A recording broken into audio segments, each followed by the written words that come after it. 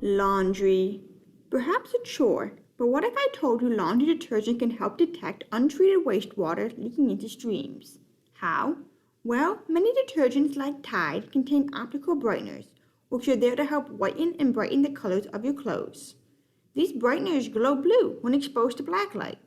When wastewater is sent to a water treatment plant, it receives ultraviolet radiation, which breaks down the optical brighteners. So finding optical brighteners in stream water is a sign of untreated wastewater leaching in, such as through port infrastructure and/or combined sewer overflows.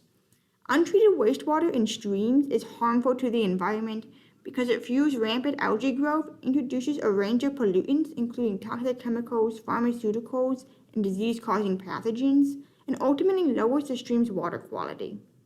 A tampon can help detect the presence or absence of these brighteners and inform you if your local stream is impacted by untreated wastewater. How a tampon works. Step 1. Stick a tampon in stream water contained in the bag or bottle that light cannot penetrate and let it soak for at least 24 hours in the closed container. Step 2. In a dark room, unravel it, place it outside side up, and shine a black light on it to see if it glows. Even the faintest blue glow is a positive. In a lab setting using deionized water, it was determined that a tampon can detect down to 4 parts per million of Tide, the leading U.S. detergent. 4 parts per million is roughly equivalent to 4 seconds out of 12 days.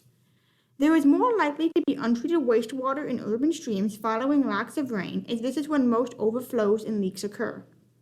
It is important to note that tampons can only detect after contamination, not contamination from weeks ago, as water is moving and the sun produces ultraviolet rays, destroying the optical brighteners over time.